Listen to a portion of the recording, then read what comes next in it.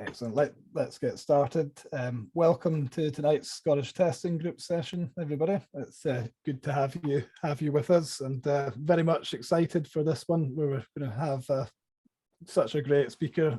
Probably doesn't really need me to introduce Janet, but I'm delighted to welcome Janet Gregory to the session tonight and to talk to us about a holistic approach to exploring quality attributes, which is a very interesting topic to me, certainly. We've all heard a lot, I'm sure, about exploratory testing, but let's have a dive into how we're going to explore quality attributes. I think it's a really important topic. So very much excited to hear a bit more about this one. And I'm sure that everybody else is keen to hear more from Janet and not from me. So at that point, I'll just hand over if that's okay, Janet.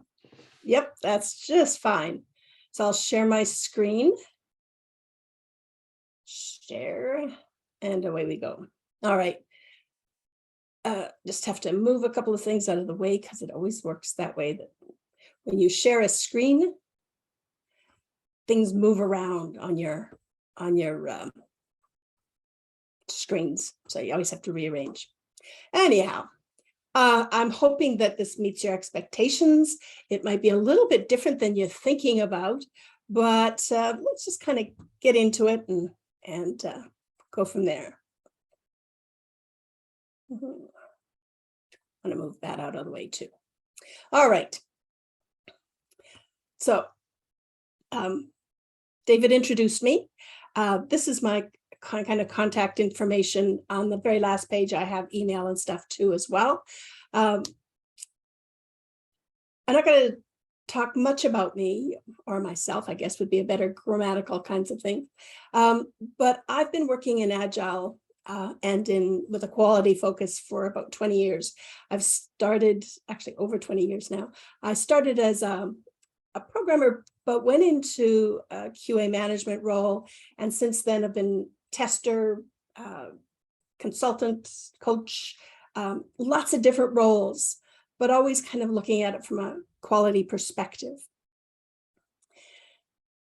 I like quotes, and this is one from Edward Deming from 1982, when he first identified 14 principles for business effectiveness.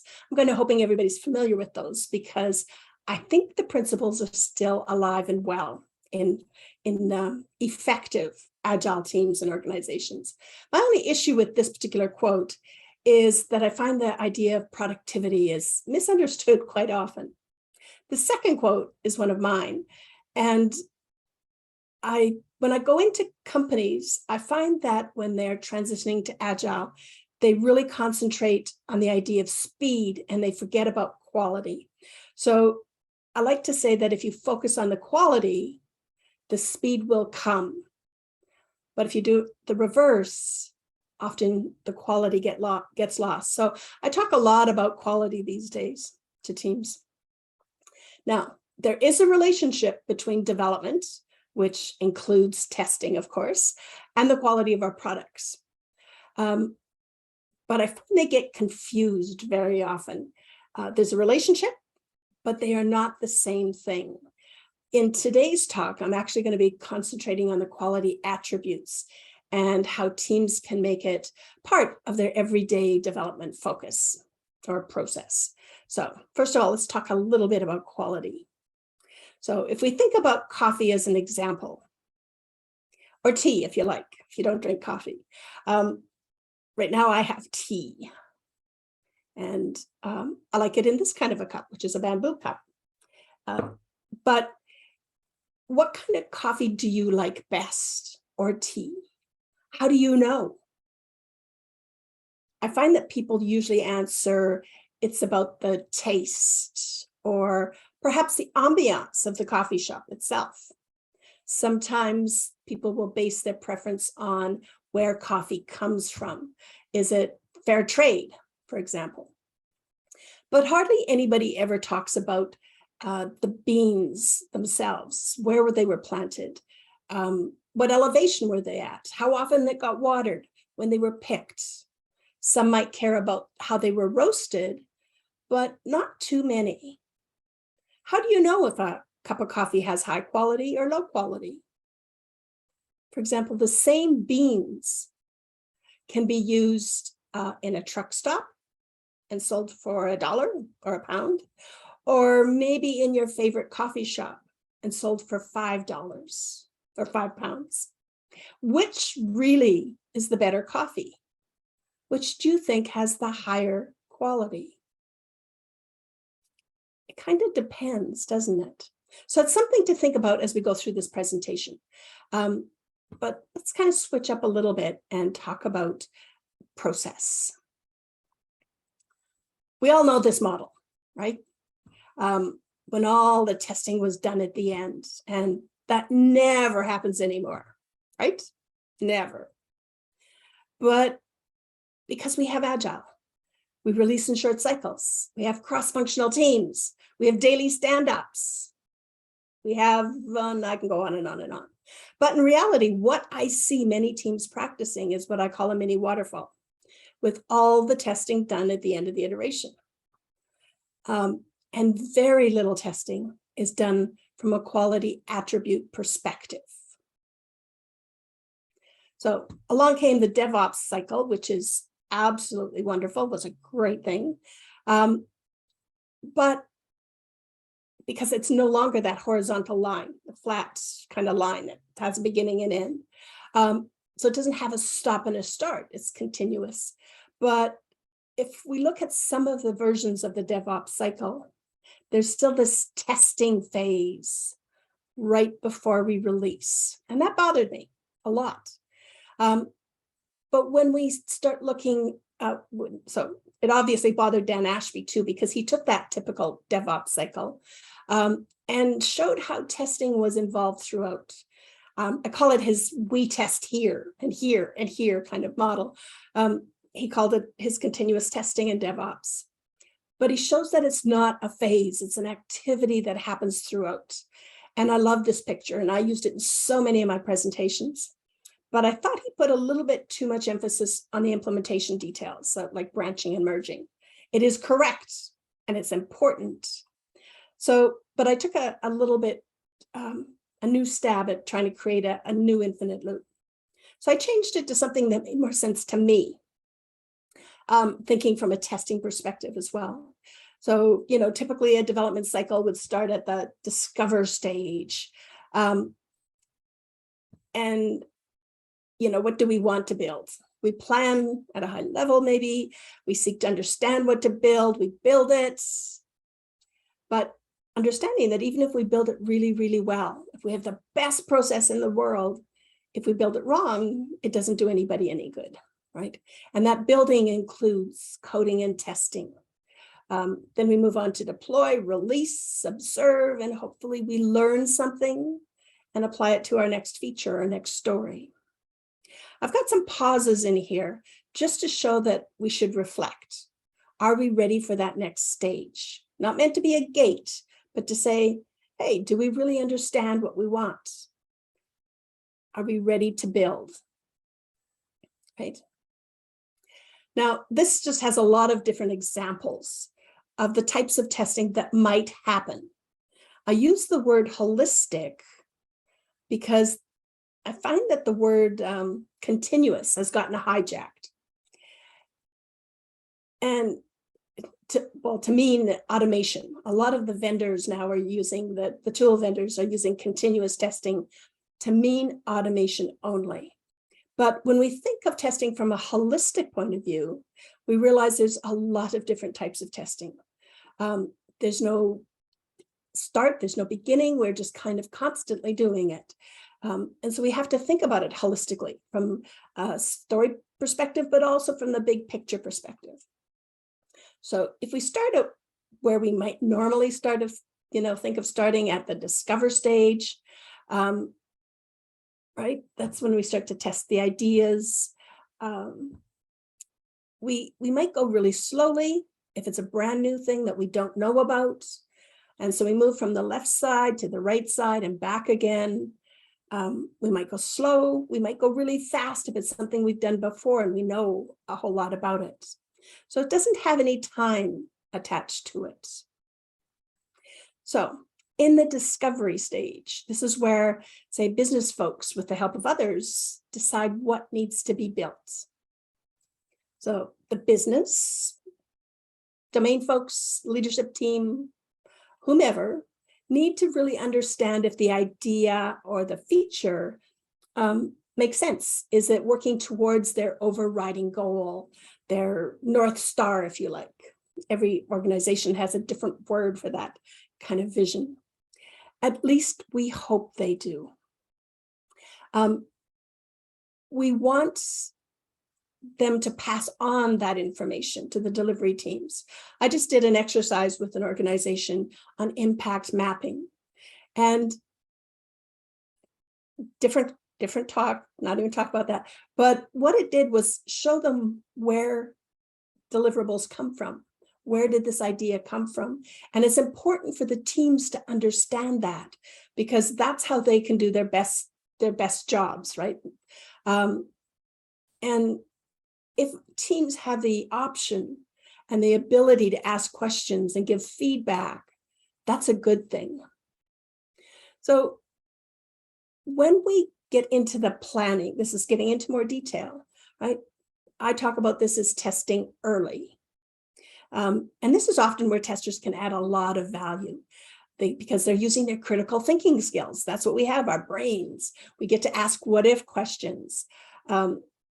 Maybe we facilitate a risk storming exercise if the feature has many unknowns. What we're doing is uncovering assumptions. As human beings, we do that. We have assumptions, but as a team, we need to start questioning and bringing those to light. So there's a lot of different techniques to surface risks and assumptions. I find that making these visible, if you do the process in some kind of visual manner, including the business folks, it helps you overcome some of those natural biases. Risk storming is one way, but you can always use something as simple as a mind map. What are the things that come out when you start talking about risks?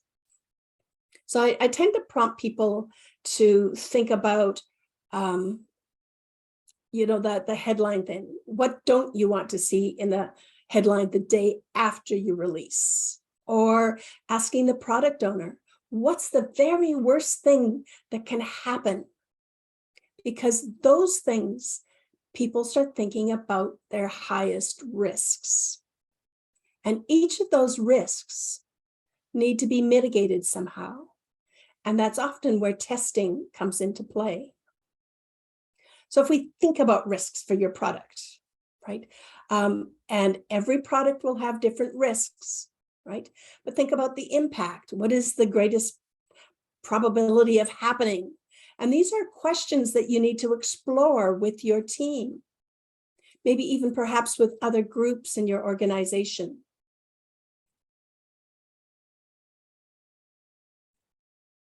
But we also have this other thing thrown in, different perspectives. Again, if we talk about quality again, it changes meaning depending on the perspective you look at it from. So risk, quality, very tightly coupled.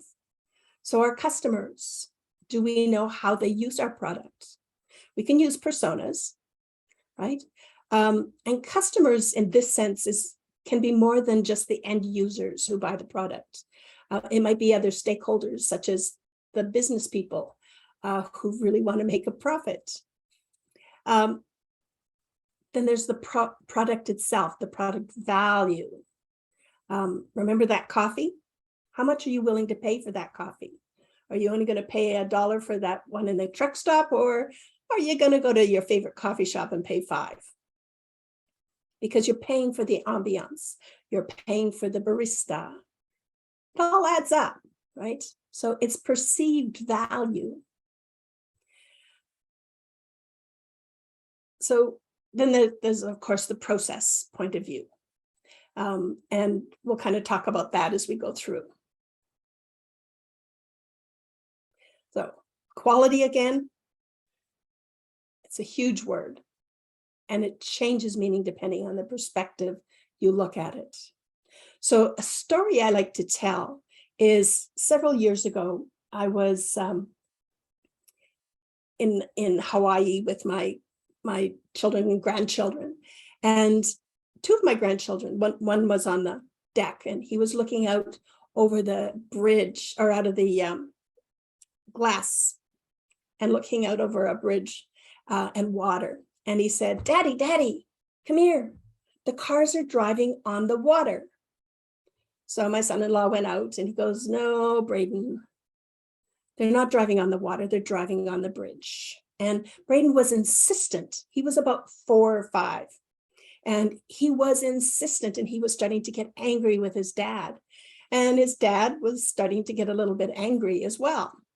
And then my granddaughter went out and she just looked and she crossed her arms and she said, shook her head. It was really quite funny to watch. And she said, Daddy, come here, squat down. See what Braden sees. And sure enough, the cars are driving on the water. She said, now pick Braden up so he can see above the glass. Sure enough, the cars are on the bridge. Different perspectives. And when we get stuck in our perspectives, saying it's a 6, no, it's a 9, and cannot see the other perspective, that's when we run into issues. So having an open mind, trying to look at the risks from different perspectives and realizing that people have different risk tolerances. So what matters a lot to me might not matter to somebody else. And we have to think about that. So think about who matters. Now, let's go back to quality attributes. There are many quality attributes that are implicit in when customers buy the products, right? We need to make sure we test those. It might not have been specifically said. For example, when I buy a new smartwatch, battery life is something that is really important to me. Do we specify that in a story or something, right? So a lot of these kinds of things are things we need to consider and need to be included when we talk about the quality for our products. I believe that as a delivery team, we need to think about the ethics of our programming as well, because there is human consequence in how we deliver our product, our code, right? We have to think about those different dimensions of quality. So if we still thought of QA as a necessary evil to catch all those bugs right before we released, in this day and age, we would likely be out of business. So we need to adapt. We need to understand our customers and their different expectations of quality. So, and many times it comes down to trust. The customers trust our product. So maybe that conversation about quality attributes really starts with that conversation about risks. So there is a relationship between risks and quality attributes, a very strong relationship, I believe. Often those highest risks are our biggest constraints, which means addressing those quality attributes even more important. So, for example, medical devices, they need to be working 100% of the time. We just expect that. So we need to test for that reliability. It needs to be working. Another example might be data integrity. We carry a lot of data around with us these days in smartphones, our credit cards. Some of us trust them more than others. My daughter tells me regularly all the things I can do with my smartphone, and I go, yeah, maybe not, right? But we have to think about security when we're testing them. It's important. Or another very real one, which I'm sure we have all experienced at one time or another. A great deal comes up on an airline, right? But the system freezes or dies when you try to use it. Freezes, crashes, there's all kinds of wonderful things. We need to think about the load and the stress. So by using specific examples of risks, And this comes back to having that understanding, exploring those risks, exploring those quality attributes. Your teams can make it more real. And this is the start to including the idea of testing quality attributes, not only important to the testers, but to the product owners and to the team. Really, really important. So make sure your team understands what's important. And one way to do that is with the idea of quality sliders. I listened to Margaret Deneen at a conference a while ago introduce this idea of quality sliders. And I thought it was such a great idea that I've kept it going because I think it's an easy thing to do, but very powerful. So once you have all those risks and those attributes you think might be important, put them on a list, put a scale, give it to each team member and ask them, what do they think is the most important? Now, it's Megs has a really good blog post on it, so I encourage you to go read it. But make sure you have whatever scale you're going to use, make sure it's understandable, right? So that you know what that range means. What you end up finding is that different people have different expectations. So for example, in this example, I think reliability is really important in whatever this app might be, but accessibility, not so much. And maybe because that's for an internal use, I don't know.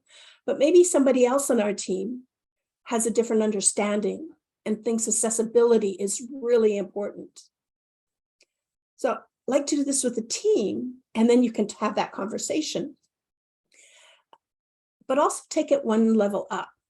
Ask the managers, maybe even a step up again and ask the leadership team.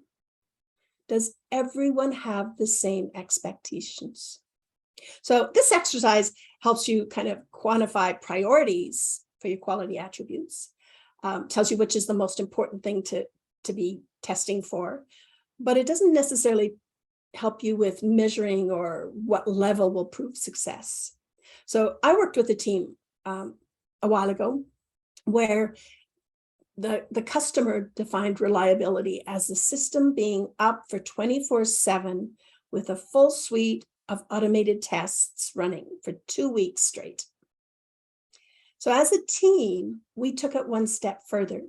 We had this test environment that was just running the automated tests. We had a full suite. It was great. We had simulations. We had all kinds of things going. But we also went in and performed exploratory testing, sending unexpected behaviors, and watched to see if our system would handle it. Finding ways to measure success is important, but it's not always easy. I'm hoping that everybody understands or has seen the quality, the agile testing quadrants. If not, don't worry about it. But it's a model that Lisa Crispin and I talk a lot about. It's to help us just talk about testing activities. So the testing that happens on the left is about guiding development. It's about preventing defects in the code. The testing activities that happen on the right are about finding defects, hopefully as fast as possible, right? And these are just all examples, again, of testing activities. Today, we're only looking at that bottom right, what we call quadrant 4. These are the quality attributes, things that address risk. As you notice, it's only part of the whole puzzle, but it's a really important part that often gets forgotten. So here's just some. If you go Google quality attributes, there's hundreds of them. Some of them are the same thing, just using different words, but this is kind of a categorization of the most popular ones. None of these cover specific functionality or specific features. They show how important it is to think beyond the functionality, right? They're constraints of our system. We have to think about them with each and every story. I've also seen teams consider just the general operational attributes and then stop, think about performance, reliability, but nothing else. When we start to think about these as constraints on the system, for each and every feature, each and every story, each and every task, that's how we start building quality into our system. And that's how we can start testing. So for example, robustness of my smartwatch. I want to be able to use it no matter where I am, what I'm doing. I don't necessarily expect it to swim. I don't swim or in the water, but other people might, right? I want it to work when I'm jogging. Not that I do that either, but gardening, say, pounding nails into a deck. It needs to be robust enough to do that. And you cannot test that in. It goes right to the very beginning, thinking about the materials you select, but maybe even the inner workings of that watch. It needs to be built in right from the very beginning. So how do we fit all of these things into our process? Yeah, it's not always easy, is it? But that's what helps us build the quality in. So if we go back to the model, let's think about things that have to happen along the way. So we've talked about discovery, planning, knowing your risks, knowing what you want to test. So when we get into understanding, this is where things like acceptance test or behavioral driven development really helps. Things like example mapping. Even when I gave examples of risks, that helps to make people think very specifically. But we also have to have those quality discussions. We know what attributes we want to test now. We know how we have to consider them as constraints. So for example, do we have to put instrumentation into our code to test performance? We need to be thinking about the assumptions that we have so that we can bring them into light so that everybody has that same understanding. Perhaps we do some user experience type testing with real customers, maybe with a prototype or a mock-up, especially if we've identified diversity as a risk and usability as that quality attribute. What you think and how you work will depend on what is important to you. And all along, we want to involve the domain folks, the programmers, the testers. We need to think about what kind of telemetry we have so we can monitor and observe as well. Going back to observability, which we'll talk a little bit on that right-hand side, right? But all of this up to now is before we start to code. It's preventing defects in the code. We are testing early. We are exploring ideas. We are exploring what's important.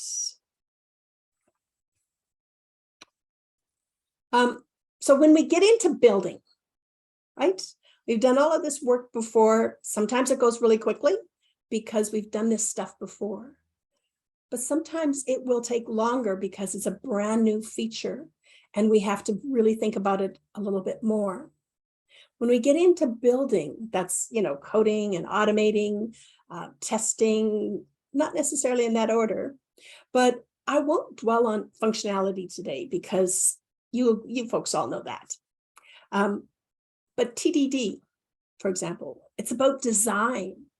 It's about building in testability. That's an important, a really important basic developmental attribute, right? Because it also gives us, fast feedback with the unit tests, but it's about building in testability. And that makes a huge difference going forward. We can also do things like in our fast feedback, doing a show me. So when a programmer's finished their coding, they say, hey, Janet, come over. I'd like to show you. Maybe you compare and do some tests with performance. Many years ago, in my very first Agile team, I was the only tester, and there were 10 to 12 programmers at any given time. We had to do load testing and stress testing. Programmers weren't sure how to do that, and I was not an expert, but we did a lot of pairing together to figure out how to do it. So look to see what you can do.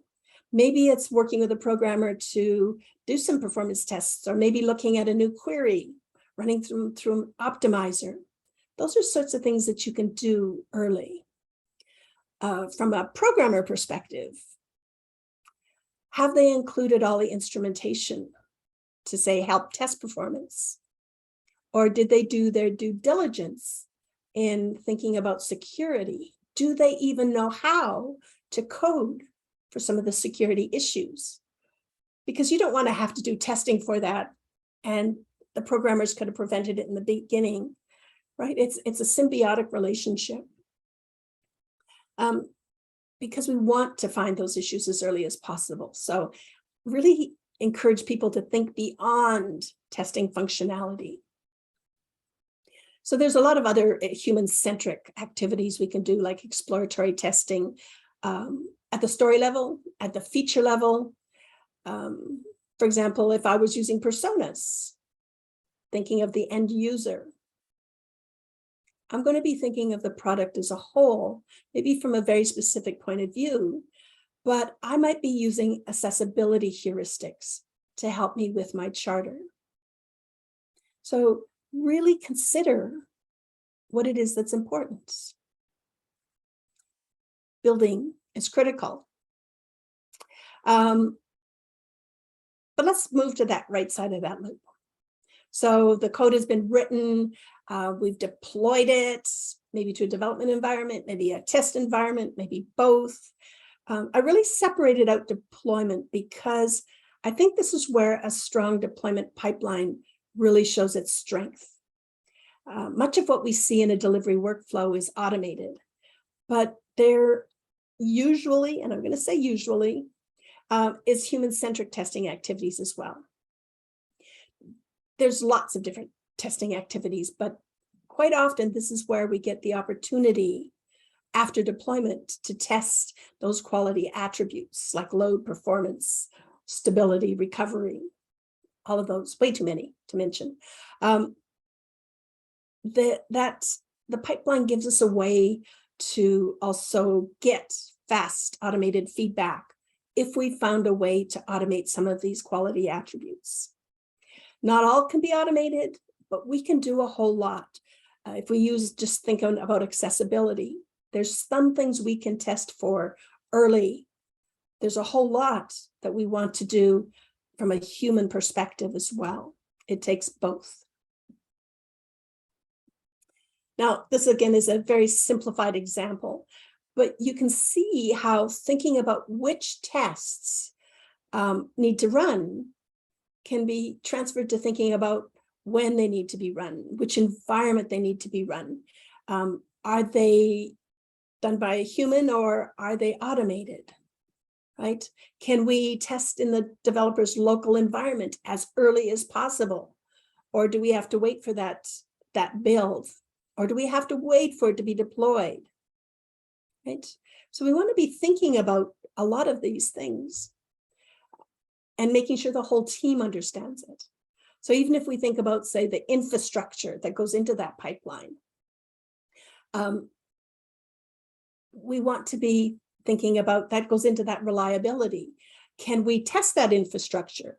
Years ago, I had a very separate team that tested that by itself. Normally, we don't need to do that anymore because we have a lot of different other options. We can have our infrastructure as code quite often, right? But we do need to start thinking about recoverability, scalability, portability, all of those abilities that we really cannot test until it's deployed. We've thought about it earlier, right? When we were exploring those risks and what was important, but we can't test it until it's deployed.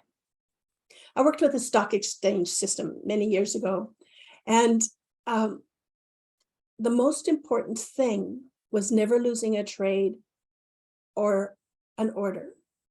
That was our number one mandate. Every programmer, every tester knew that, right? And that was years before we had the tools that help us now. So programmers actually had to code so that we could track every order and every trade. Because when we replayed, if in recovery, when we replayed that, we needed to do it in exactly the same order, because there could be millions of dollars at stake. One single trade, if it was done in the wrong order, would be done to somebody else and could make a huge difference. Absolutely critical.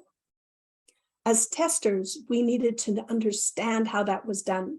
We needed to know how to test it. We needed to know and what kinds of scenarios would happen. We did a lot of exploratory testing scenarios. What's important to you? All right, so we're kind of going to move on a little bit, observing and learning. Our stuff is in production. The features are being used by our customers. We're getting real feedback. Hopefully we get to watch that customer actions and reactions if we have observability built in, right? As we observe, and observability is a quality attribute, this is where that instrumentation comes in that we thought about during understanding, and we built it in, right? How does our customer use our products? Can we detect some of the bugs before the customer does, right? Maybe we can fix them before they even know it happened. We also want to be watching for operability. How easy is a system to operate or to diagnose? Makes a difference. The last part of the cycle is the learning. We need to learn. And if we think about it as a big experiment, right, thinking about it from a scientific mindset, form a hypothesis. We believe, right, that if we do this, then this will happen, and we will know by measuring this, right? We want to do those experiments because that's how we can apply the learning to the new feature, to the next feature, to the one we're still working on. And remember, don't just think about functionality, because quite often that's what I see teams do in Agile. And it's not only about the functionality. Are you looking at the right things? Do you have the right tools? Are you even having the right conversations? So that's it. The left side, preventing defects in code. Perhaps think about it as shifting left, if you like.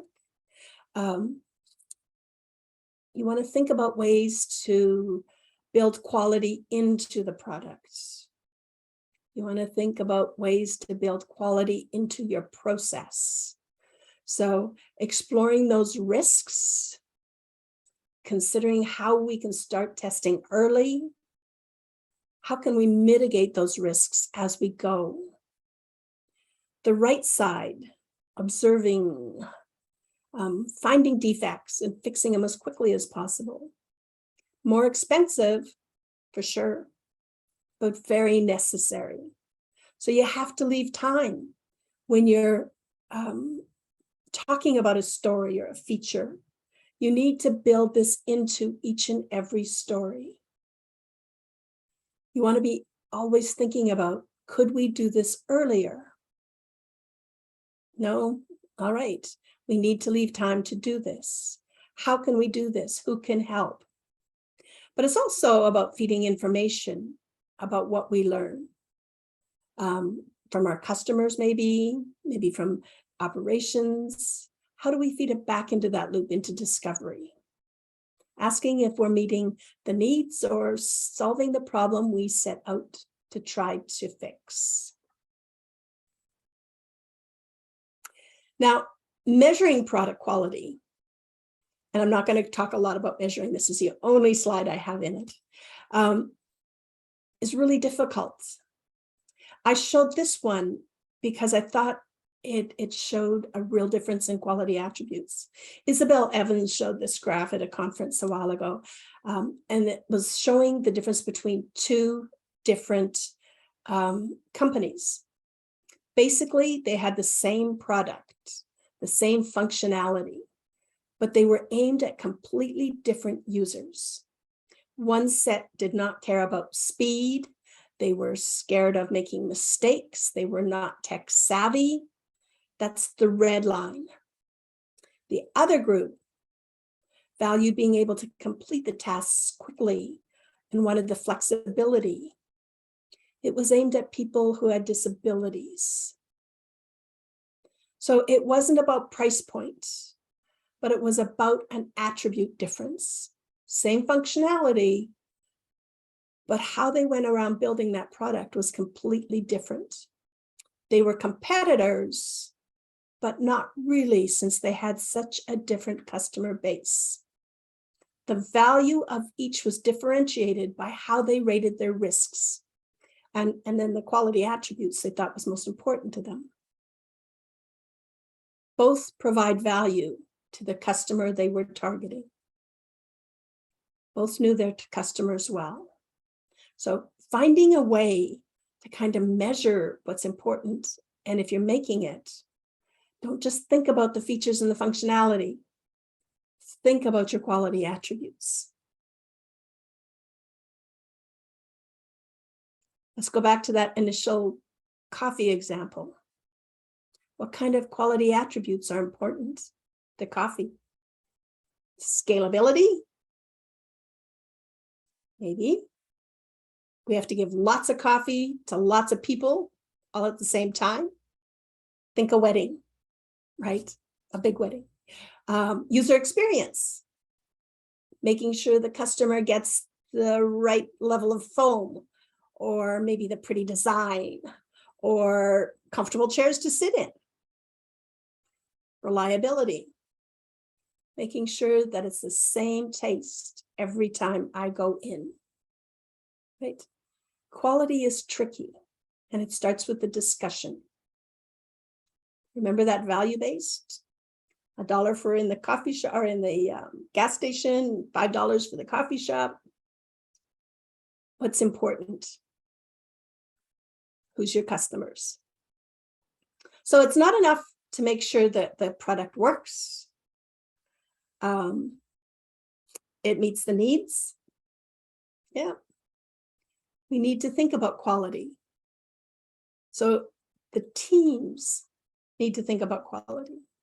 If you don't have that conversation, if you don't know your risks and you don't know how you're thinking about quality, how are you ever going to know what testing needs to be done? How will you know what risks are important? As a tester, are you making assumptions that you shouldn't be? So explore those risks, explore those quality attributes with the team.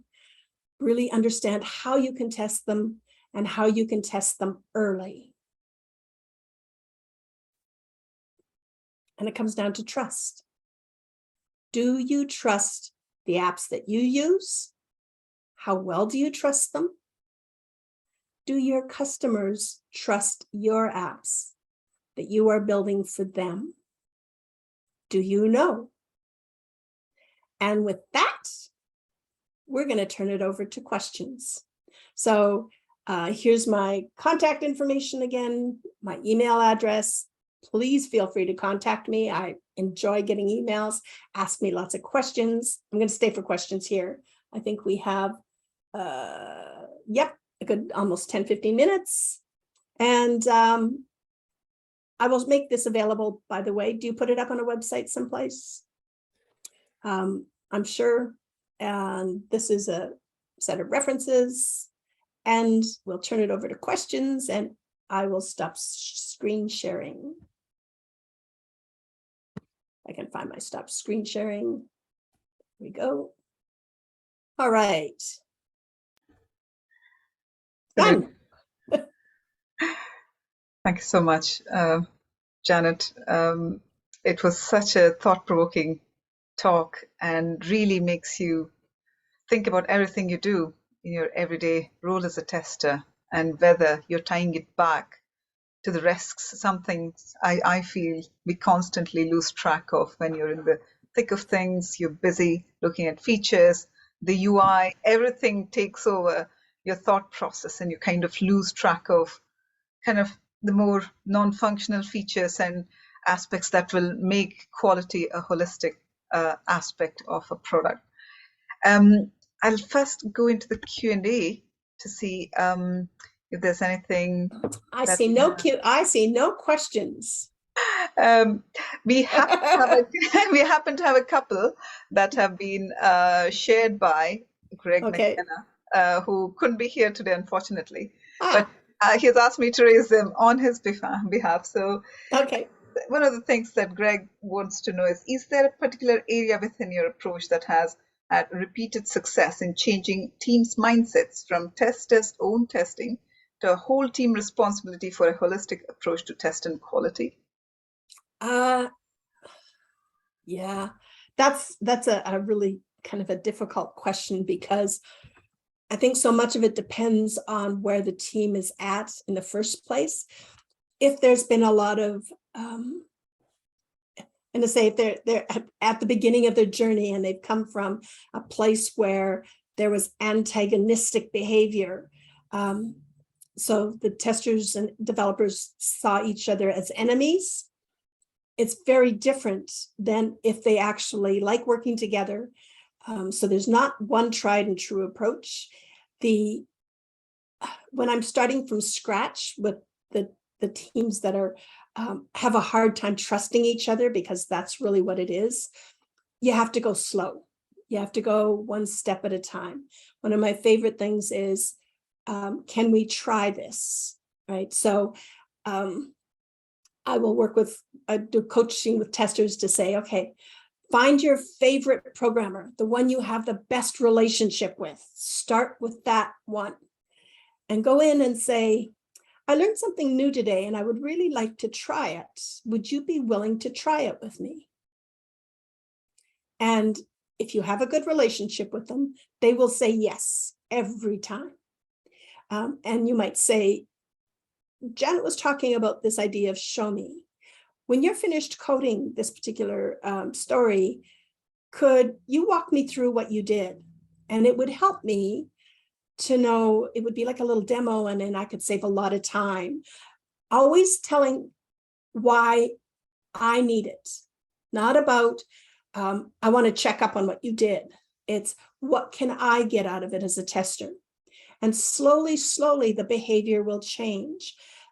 If I work with that one programmer and they start having better success because they're doing some of these things, less defects, their code is starting to work better, pretty soon the other programmers will come along the way, because they'll start asking, how come you don't have so many defects? And they'll start sharing that information. It's a slow process.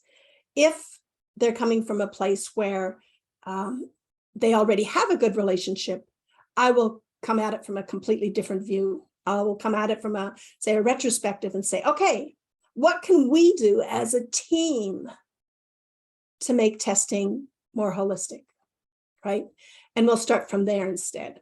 So there's not one tried and true way to go. That was literally the question I'd written down to ask you, more or less. I was just going to ask how we could influence people to collaborate more on this really early on. Yeah, that one is always the big challenge, yeah. I find. Particularly at the moment, that is a very challenging topic where I'm working. So my two favorite phrases are, can we try? Let's try an experiment, because neither of those calls for commitment, and people are much more willing to do it because it's not a commitment. And always starting with the most the best relationship. So it's all about relationships. It's really, truly all about relationships. A brilliant perspective. Thank you, Janet. We have a question from a member of audience. So Ryan Kenny wants to know, really like the idea of continuous and holistic testing. How do you best build this concept into projects when you're reliant on multiple teams delivering code before you can get value from testing in an integrated environment? Yeah, so I'm going to start by going back to that discovery. So I mentioned the idea of doing impact mapping. And I just did it with a company yesterday, in fact. And it starts with that, because if leadership, if the people, the product management people who is ever deciding what features are getting built, if they all have the same understanding what is the highest priority, then all of a sudden we're going to get cooperation between different teams, because they're all going to be working on the same thing at once, and then start having the conversations. The holistic testing is going to just expand a little bit to think about, how are we going to do this as multiple teams? Where are overlaps? Where are our dependencies? How are we going to mitigate those dependencies? Can this team do a little bit first so that the next team can be working on it? I was in an organization doing something completely different. I was working with one team, but one of the people took me into this room and they said, we are trying something different. And I'd heard about it, but I'd never seen it before. And what they had done was they were going to get in their multiple teams. They had 5 different teams working on the same big feature. It was a huge feature. And so they were breaking it up into smaller chunks, but they had these 5 teams working together, and they got them in the same room. Harder if you're remote, but what they had on one wall of this big room was they had put rows with masking tape for each team. And then they had put columns using masking tape for each iteration. And then they had index cards, what the different things were happening. And so as they started to put it up and realized that this team had to do this and this team had to do this, they started realizing what they thought would take them 2 months was actually going to take them 5 because of the dependencies. But because they had talked about it and looked at it from a holistic perspective, they could break it down and really figure out what they could deliver earlier. And they would and break it up into kind of that way to say, you know what, in the first month, we can deliver this because we have these dependencies. This is how we can do this. This is how we can test it, because everybody was there looking at it. They could make decisions on who was responsible for testing what. Was it going to take people from 2 different teams? Are 2 teams going to do this, or whatever they decided? At the end of so I saw it blank in the morning and I saw it filled in the afternoon. And it worked really well with them. But you have to look at it from that holistic perspective, not one team at a time. Hopefully that answered your question. Thank you very much, Janet. We have another really good one from Brian Jones. I can't remember who said, to change culture, change the structure, but how do you break down the siloed team structure, team's culture? Yeah. And it's funny because it used to be, I saw way more that the silos were programmers, testers, business analysts, right? That was the silos. And now what I see, because I'll see much more cross-functional teams, still kind of sometimes little silos within that cross-functional team, but I see silos of teams. This team is not talking to that team. And so it comes back to, yes, we changed the structure, but we just created different silos. And so you have to find a way to make teams understand that they do need to talk to each other. In Katrina's Katrina Clokey's book, Practical Testing in DevOps, she talks about relationships. She talks about creating pathways. And I think that is so important. And sometimes it's the testers that need to create that first pathway. I need to talk to that other team to understand how we are going to test that. Part of it is about changing the language instead of how am I going to test that? How are we going to test that? And so there's lots of little tiny things. And of course, if the culture is set to encourage those silos, it's even harder. And sometimes almost impossible. But I never give up. I keep trying. Brilliant. Thank you, Janet. I can go on to the next one from Greg, because it kind of nicely segues into kind of what the role that leadership plays in organizations to support this. So this question is, when working with leadership in organizations, what are the benefits of taking a holistic approach to product quality that they resonate with and support the team to implement the approach? Yeah, so it's funny because I'm working with one leadership team right now doing exactly that. Because one of their problems, and this is a year ago, was that the teams were working on too many things at once. So they were task switching all over the place. So we had conversations and they switched it up a little bit so that the teams have far fewer features, but they're still having shared commitments. So one tester might be working with 2 different teams, for example, or one specialist is running back and forth between 2 or 3 teams. So they're still having some of that kind of issues.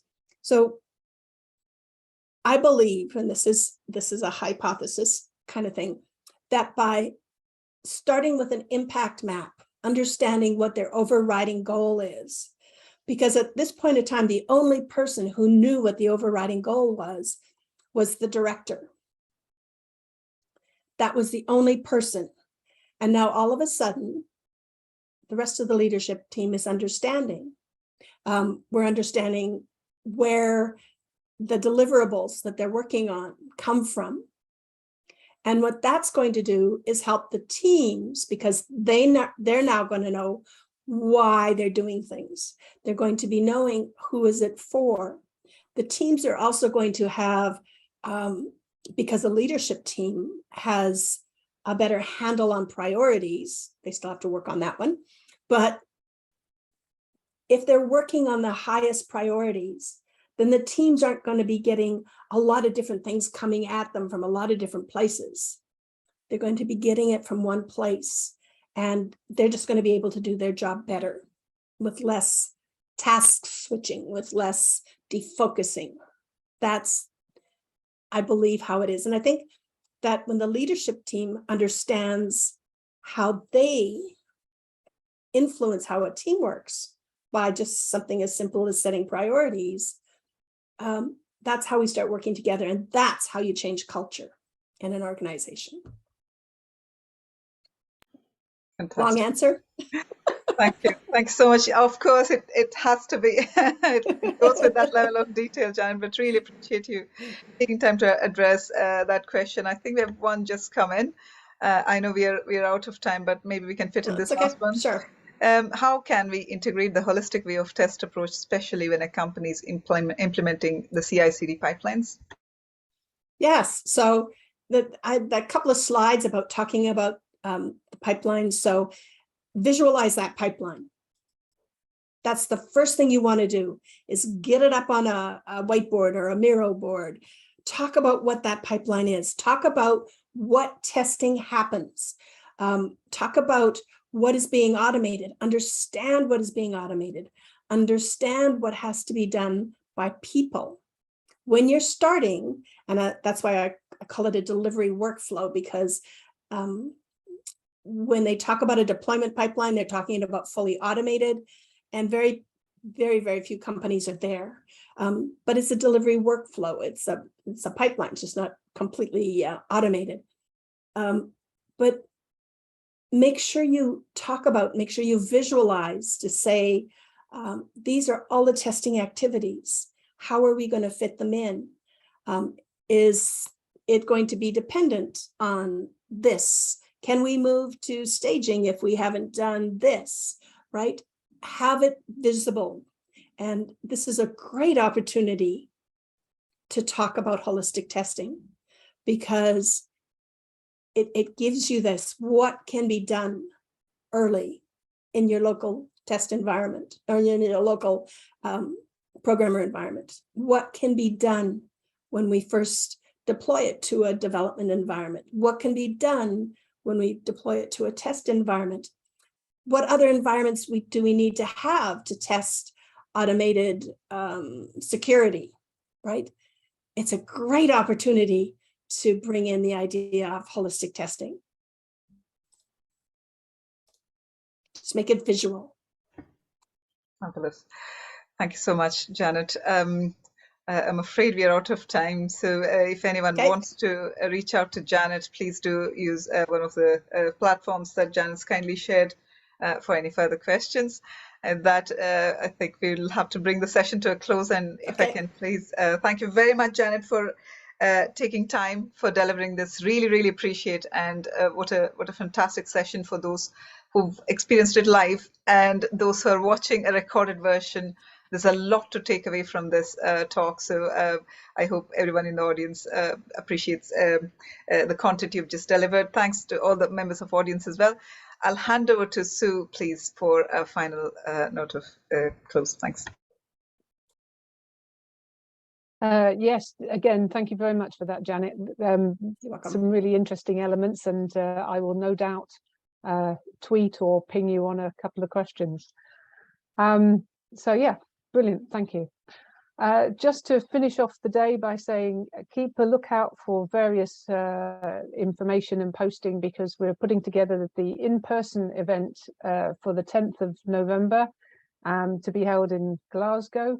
It looks like a really interesting program. So yeah, keep them peeled, and we'll be updating you with what's happening for that day. Fantastic. Thank you so much, Sue. Have a nice evening, everyone. Thank you very much for joining again. Thank you. Thanks, everyone. Thank you very much, Janet. Brilliant. Yes. Take care. Yeah. Bye. Bye-bye. Bye-bye. Bye.